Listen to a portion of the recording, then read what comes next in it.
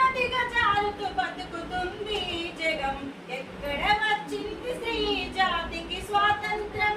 ఏ స్త్రీకిచ్చింది స్వేచ్ఛ ఈ భారతదేశం?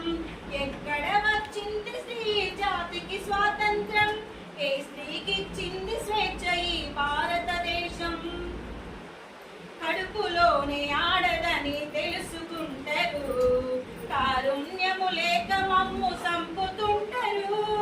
కడుపులోనే ఆడదని తెలుసుకుంటారు, కారుణ్యము లేక మమ్ము సంపుతుంటారు.